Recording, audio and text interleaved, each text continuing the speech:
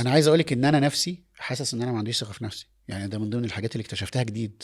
بكلمك بجد والله، يعني كنت لسه بتكلم في الموضوع ده مع سايكاتريست. يعني انا بجد من الشخصيات اللي انا حاسس ان انا ما عنديش ثقه يعني ما عنديش خالص ثقه في نفسي، عكس ما يبان لك وعكس ما يبان واحنا بنتكلم وكده. لما بقعد انا مع نفسي واقيم نفسي كبني ادم وكشغل وكاي حاجه بقى، كاي حاجه، بحس دايما ان انا مش ساتيسفايد وان انا مش عاجبني الموضوع وان انا طيب هي زي ما انت قلت، هو اه اول خطوة ان الواحد يعرف هو محتاج يشتغل على ايه في نفسه، ايوه انا وان معاكي انت جدا في الكلام توصل ده. للنجاح اللي انت واصل له ده بالرغم من احساسك ده معناه ان انت شغال كويس جدا على الموضوع برضه. ممكن يكون ده الحافز على فكرة. يعني أنا لسه بستكشف بجد، أنا عندي 36 سنة وبستكشف حاجات عمري في حياتي ما تخيلت إن هي تبقى موجودة فيا.